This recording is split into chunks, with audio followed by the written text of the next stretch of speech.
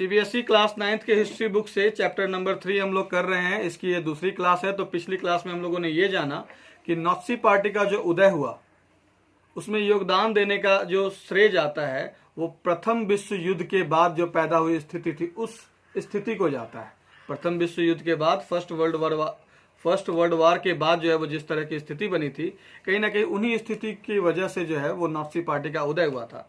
तो Nazi party का उदय तो आपको सेकंड नंबर टॉपिक में ज्यादा बेहतर समझने को मिलेगा, लेकिन इससे पहले जो है हम लोग birth of the Weimar Republic हम लोग को पढ़ना है। तो फर्स्ट टॉपिक हम लोग करने जा रहे हैं, आप ध्यान से सुनोगे।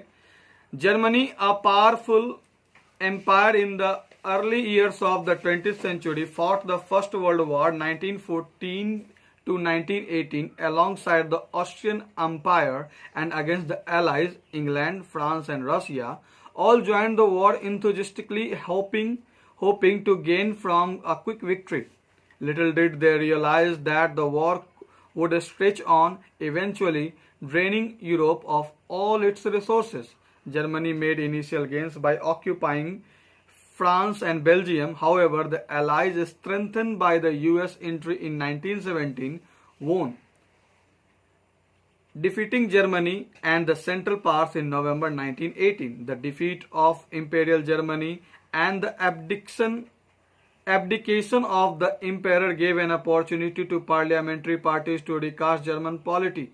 A National Assembly met at Weimar and established a democratic constitution with a federal structure. Deputies were now elected to the German parliament or Reichstag on the basis of equal and universal votes cast by all adults including women. तो अब हम लोग इस topic में क्या करने जा रहे हैं कि वाइमर रिपब्लिक का जो जन्म है वो कैसे हुआ उस चीज को जानने जा रहे हैं। तो आपको मैंने पहले ही बताया कि फर्स्ट वर्ल्ड वॉर के बाद जैसी स्थिति पैदा हुई थी उसी स्थिति की वजह से जो वो नाज़ी पार्टी का उदय हुआ था। तो हम लोग इस टॉपिक में पहले वाइमर रिपब्लिक के बर्थ के बारे में जानेंगे, उसके बाद धीरे धीरे उसी टॉपिक पर हम लोग पढ़ेंगे। तो जर्मनी जो कि 20th सेंचुरी के शुरुआत में, 20th सेंचुरी का मतलब हो गया 1901 से, यानी कि 1901 से लेकर 2000 ईस्वी तक। तो जर्मनी जो कि पावरफुल एम्पायर थी 20th सेंचुरी के शुरुआत में, उन्होंने फर्स्ट वर्ल्ड वॉर लड़ा। जर्मनी ने फर्स्ट वर्ल्ड वॉर जो कि 1914 से लेकर 1918 के बीच हुआ था, 1914 से 1918 तक चली थी ये युद्ध। तो जर्मनी जो कि एक पावरफुल एम्पायर था 20th सेंचुरी के शुरुआत में, ये पावरफुल एम्पायर था, इसने फर्स्ट वर्ल्ड वॉर लड़ी ऑस्ट्रियन एम्पायर के साथ मिलकर एलाइज के अगेंस्ट। ऑस्ट्रियन एम्पायर्स के साथ मिलकर क्या करी जर्मनी ने, लड़ाई लड़ी किसके खिलाफ? एलाइज के खिलाफ। और एलाइज में कौन कौन से देश शामिल थे? मित्र राष्ट्र में कौन कौन से देश शामिल थे? इंग्लैंड, फ्रांस और Russia.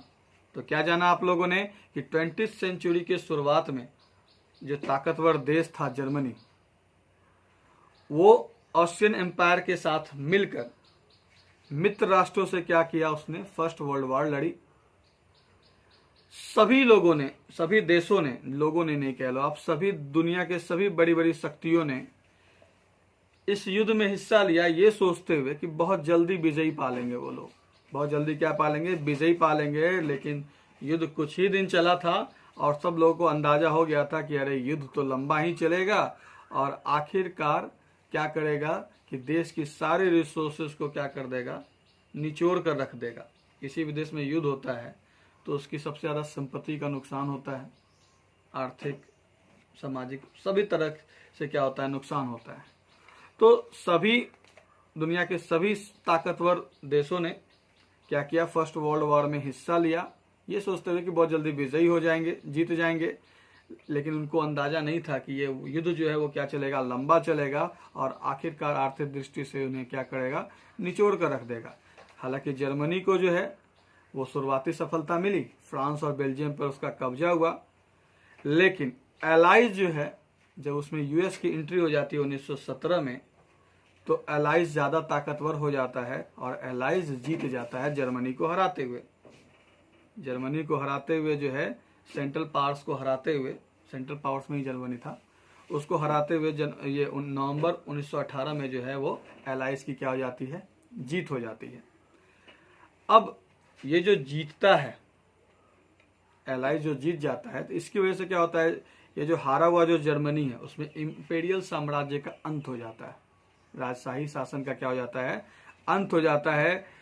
And the abdication of the ampere give an opportunity, और ये जो सत्ता का त्याग है, राजा ने जो सत्ता का त्याग कर दिया, इससे एक अवसर मिल गया संसदीय पार्टी के लोगों को, जो है उन जर्मन की राजनीतिक व्यवस्था को एक नए रूप में ढालने का क्या मिल गया, मौका मिल गया। राजा हटा तो बाकी के जो लोग थे उनको तो अब सरकार बनानी थी, तो इनको एक मौका मिला। जो सत्ता का जो त्याग किया राजा ने फर्स्ट वर्ल्ड वॉर के बाद, जर्मनी की हार के बाद, ठीक है, जब राजा ने जो पद का त्याग कर दिया तो वहाँ के जो पार्लियामेंट्री पार्टीज थी, संसदीय पार्टी थी, जर्मन राजनीतिक व्यवस्था को बदलने का उनको एक क्या मिल गया, मौका मिल गया।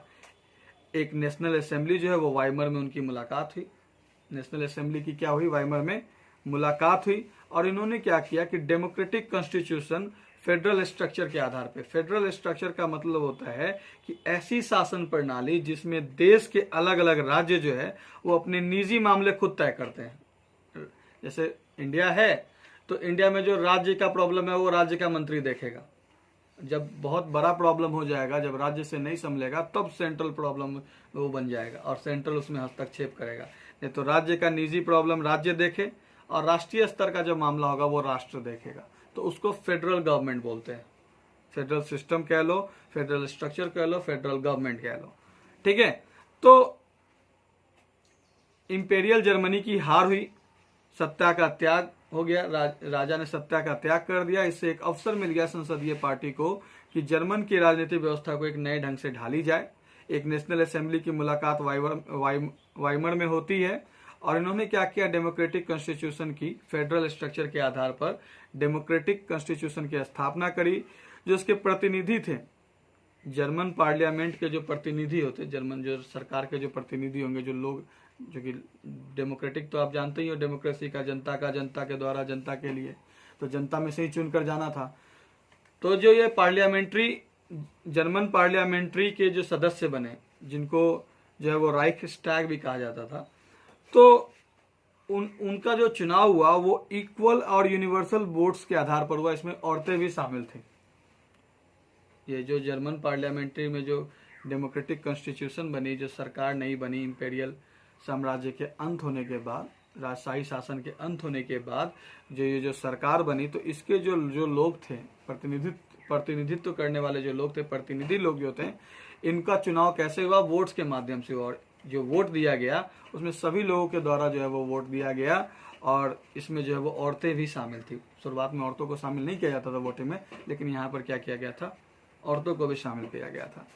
This republic, however, was not received well by its own people, largely because of the terms it was forced to accept after Germany's defeat at the end of the First World War. The peace treaty at Versailles with the Allies was a harsh and humiliating peace. लेकिन ये जो गणराज्य की स्थापना हुई, democratic constitution की स्थापना हुई, वो यहाँ के लोगों ने ही उसका समर्थन नहीं दिया।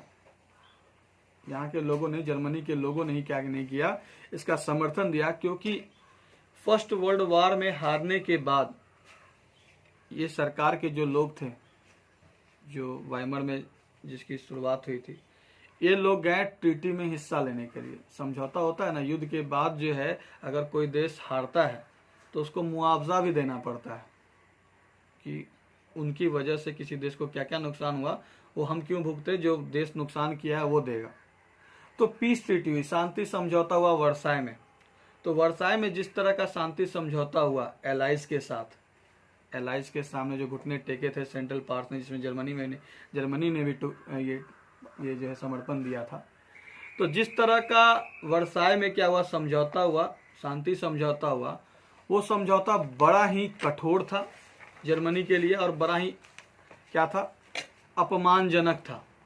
इसी वजह से, चूंकि वाइमर रिपब्लिक के लोगों ने ही क्या किया था, जाकर समझौता किया था, तो अपने देश के लिए अपमान की जब भी बात होगी तो जनता तो बर्दाश्त करेगी नहीं। बात समझ में आया? तो ये जो वाइमर रिपब्लिक थी, ये बनी जरूर वाइमर में, लेकिन इसको, इसकी कारनामों को लोगों ने सराहा नहीं। जो इज्जत मिलनी चाहिए वो इज्जत मिली नहीं इनके लोगों के द्वारा। ट्रीटी में जो है वो जो ट्रीटी में इन्होंने जो ये लोग समझौता करके आए वर्साय से, ये बड़ी ही क्या थी, सख्त थी और बहुत ही क्या थी, अपमानजनक थी। समझौता में क्या हुआ ये देखो। Germany lost its overseas colonies, a tenth of its population, 13% of its territories, 75% of its iron and 26% of its coal to France, Poland, Denmark and Lithuania। इस समझौते में ये क्या हुआ कि जो भी समुद्र पार की कॉलोनीज थी जर्मनी की, वो खत्म हो गया। जर्मनी के 10% पॉपुलेशन खत्म हो गई। 13% जो है इसके जमीन पर, 13% इसके जमीन पर, आयरन पर 75% और कोल पर 26%, ये सारा चीज जो है वो किसके हवाले चला गया, फ्रांस, पोलैंड, डेनमार्क और लिथुआनिया के हवाले चला गया। मतलब 13% पूरा क्षेत्र जर्मनी का भूमि का हिस्सा, ठीक है। तो 13% जमीन का हिस्सा, आयरन जितना उसके पास था उसका 75%, कोल जितना था उसका 26%, ये किसको देना पड़ गया समझौते के बाद, फ्रांस, पोलैंड, डेनमार्क, लिथुआनिया को। The allied powers demilitarised Germany to weaken its power. इसके अलावे एलाइड फोर्सेस ने क्या किया, एलाइड ताकतों ने क्या किया, जर्मनी में सेना भंग कर दी, इसकी ताकत को कमजोर करने के लिए, ताकि फिर कहीं जर्मनी जो है वो फिर से उसका उदय ना हो जाए। The war guilt clause held Germany responsible for the war and damages the allied countries suffered। War guilt clause लगाया गया, युद्ध अपराध बोध अनुच्छेद लगाया गया, ठीक है। जर्मनी के ऊपर युद्ध अपराध बोध क्या किया गया, अनुच्छेद लगाया गया, और इसमें जर्मनी को रिस्पॉन्सिबल ठहराया गया कि वॉर की वजह से जो कंट्रीज, अलाइड फोर्सेस की, अलाइड पावर्स की जिस कंट्रीज को जो जो नुकसान हुआ है उसका भुगतान आपको क्या करना पड़ेगा। Germany was forced to pay compensation amounting to 6 billion pound। तो जर्मनी को युद्ध के बाद जो है वो 6 बिलियन पाउंड की क्या करनी पड़ी, कर्ज चुकानी पड़ी, कर्ज नहीं, कंपनसेशन चुकानी पड़ी, हर्जाना देना पड़ा, किसको, मित्र राष्ट्रों को।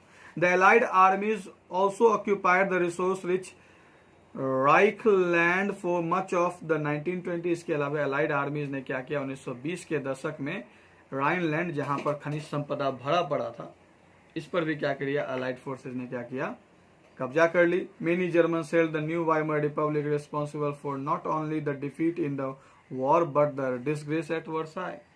तो अब जर्मनी के जो लोग थे इन्होंने क्या किया, वाइमर रिपब्लिक को जिम्मेदार ठहराना शुरू किया, न केवल युद्ध की हार के लिए बल्कि वर्साय में मिले अपमान के लिए भी जो है वो वाइमर रिपब्लिक को क्या किया, इन्होंने ब्लेम करना शुरू किया। तो आपने ये जाना इस टॉपिक में कि क्या क्या समझौता हुआ, वर्साय में जो समझौता हुआ उसमें जर्मनी को क्या क्या हारना पड़ा, ये आप दिमाग में रख लेना, ये इंपॉर्टेंट है। The effects of the war. अब वॉर का इफेक्ट क्या हुआ वो हम लोग जानेंगे।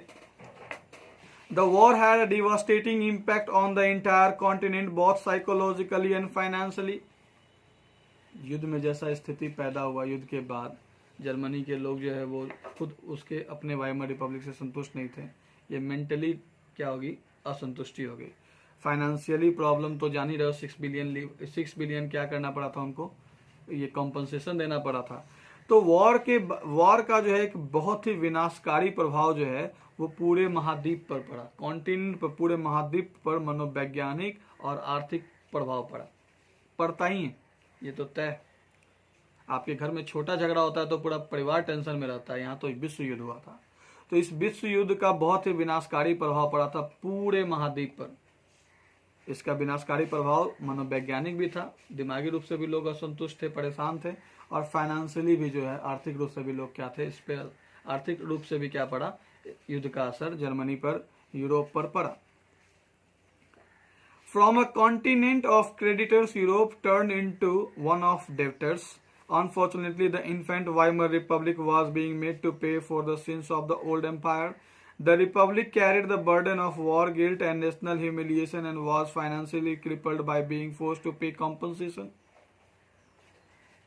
जो जर्मनी दूसरों को उधार देने का काम करता था, देनदार हुआ करता था, क्रेडिटर हुआ करता था, युद्ध के बाद वो कर्ज लेने वाला हो गया, डेटर्स हो गया, डेटर्स पढ़ते हैं उसको, डेटर्स हो गया। अनफॉर्चुनेटली दुर्भाग्य की बात है कि ये जो नया नया जन्मा वाइमर रिपब्लिक था, वो पुराने एम्पायर के जो लोग थे, पुराने साम्राज्य के जो लोग थे जिन्होंने अपराध किया, उस अपराध का भुगतान किसको भुगतना पड़ा? वाइमर रिपब्लिक को भुगतना पड़ा। रिपब्लिक ने जो है वो the republic carried the burden of war guilt and national humiliation और was financially crippled by being forced to pay compensation.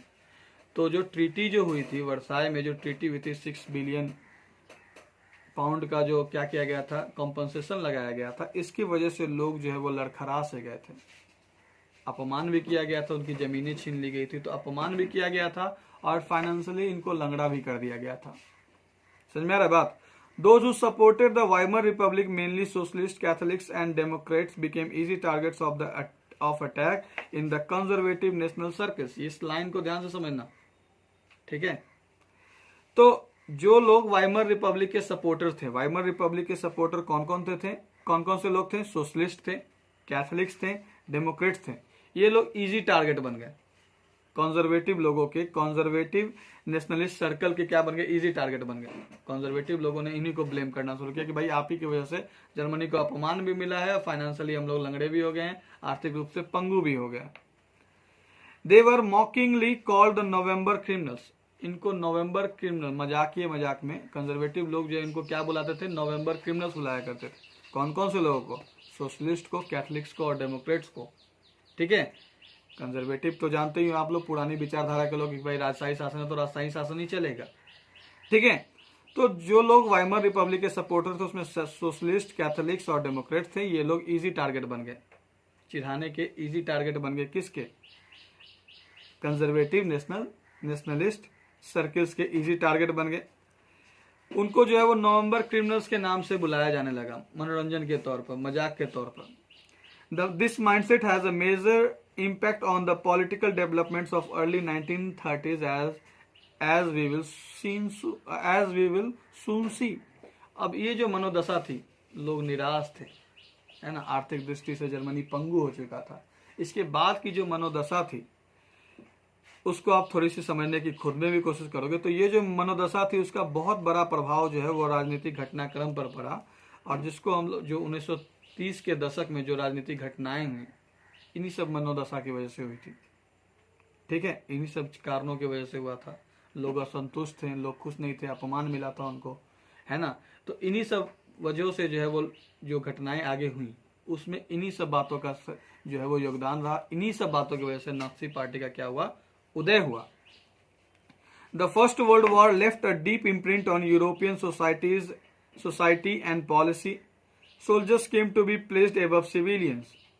Politicians and publicists laid great stress on the need for men to be aggressive, strong and masculine.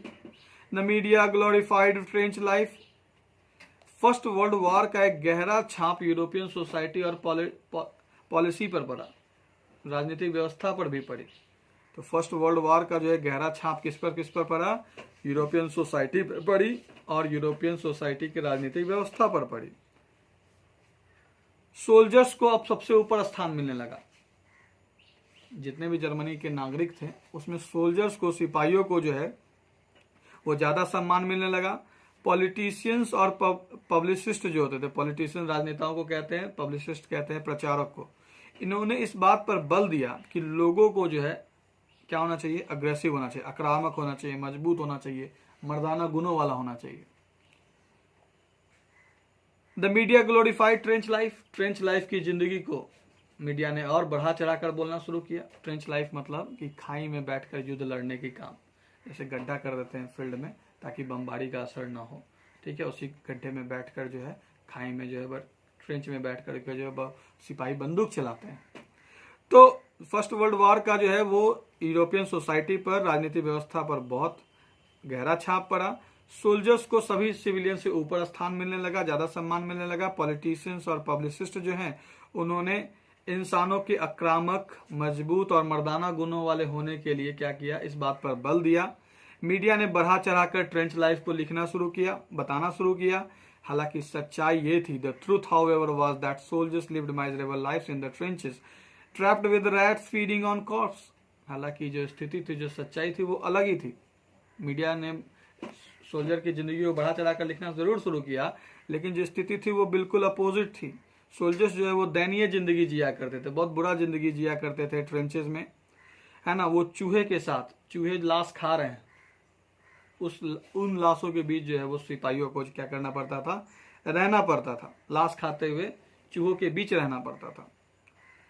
इतना युद्ध के दौरान जब लोग मरते हैं तो किसको टाइम है कि उसका बरियल करे, दफनाए उसको, उसका दाह संस्कार करे। They faced poisonous gas and enemy shelling and witness their ranks reduce rapidly. Soldiers ने क्या फेस करना शुरू किया, पॉइजनस गैस। जो दुश्मन देश के लोग जो है जो बमबारी करते थे, है ना, उसकी वजह से जो पॉइजनस गैस निकलती थी वो फेस करते थे, और धीरे धीरे उनकी संख्या जो है वो क्या होती थी, लगातार कम होती जाती थी। धीरे धीरे उनकी संख्या क्या होती थी, कम होती जाती थी। Aggressive war propaganda and national honour occupied central stage in the public sphere. तो सार्वजनिक जीवन में जो है वो अग्रेसिव वॉर प्रोपेगेंडा, आक्रामक युद्ध प्रचार, और नेशनल ऑनर, राष्ट्रीय सम्मान और प्रतिष्ठा को जो है वो मुख्य स्थान मिलने लगा। While popular support grew for conservative dictatorship that had recently came into being। और इसके बाद इस लाइन को भी ध्यान से समझना। तो इधर जो है वो आर्मी की जिंदगी भले ही जो हो, लेकिन आर्मी की जिंदगी को बढ़ा चढ़ा कर बोला जाने लगा। और जो कंजर्वेटिव डिक्टेटरशिप थी, जैसे कंजर्वेटिव में तो रूढ़िवादी, जिस तरह का राजा शासन करता था, चाहे तानाशाही क्यों नहीं था, उसको लोग क्या करने लगे, सपोर्ट करने लगे। क्योंकि जो नया संविधान बना उसने तो अपमान लिया, वो तो अपमान वापस लाया। वर्साई के में जो शांति समझौता हुआ उसमें तो उसने क्या किया, अपमान लाया और अपने आप को पंगु भी बना लिया। तो जो लोग थे वो अब किसको सपोर्ट करने लगे, कंजर्वेटिव डिक्टेटरशिप को सपोर्ट करने लगे। डिक्टेटरशिप तानाशाह को कहते हैं, ठीक है। तो जो रूढ़िवादी किस्म की जो तानाशाह थी, जो पहले चली आ रही थी, लोगों ने उसको सपोर्ट करना शुरू किया, क्योंकि नई वाली गवर्नमेंट से कोई खास उनको कुछ मिला नहीं था। Democracy was indeed a young and fragile idea which could not survive the insatiabilities of interwar Europe। तो ये जो यूरोप में, जो जर्मनी में जो खुद ही अंदर जो युद्ध चल रहा था, आपस में जो लोग एक दूसरे से मतभेद था, जो लोग कंजर्वेटिव लोग थे, वो जो वाइमर के सपोर्टर्स थे, जैसे सोशलिस्ट, कैथोलिक, डेमोक्रेटिक, इन सबसे नफरत करते थे, क्योंकि इन्हीं की वजह से क्या हुआ था, इनको अपमान मिला था और पीस शांति समझौता में कुछ खास ये लोग कर नहीं पाए थे। तो कंजर्वेटिव डिक्टेटरशिप के प्रति क्या मिला, जन समर्थन ज्यादा मिलने लगा। और जो डेमोक्रेसी थी, जो कि एक नई जन्मी हुई डेमोक्रेसी थी, नया इसका जन्म ही हुआ था वाइमर में। डेमोक्रेसी दरअसल एक नया और नाजुक विचार था, जो कि यूरोप के लोगों के अंदर जो युद्ध चल रहा था, जो असंतुष्टि थी, उसको पूरा करने में, उस संतुष्टि को संतुष्टि में बदलने में क्या था, ये जो डेमोक्रेसी थी वो असंतुष्ट थी। इसी वजह से जो है वो क्या हुआ कि जो कंजर्वेटिव डिक्टेटरशिप थी उसको लोगों ने क्या किया, समर्थन देना शुरू किया। तो आज के इस टॉपिक में फिलहाल इतना ही, आगे हम लोग अगले टॉपिक में करेंगे। फिलहाल आप लोग रिवाइज कीजिए, कोई दिक्कत हो तो बताइए।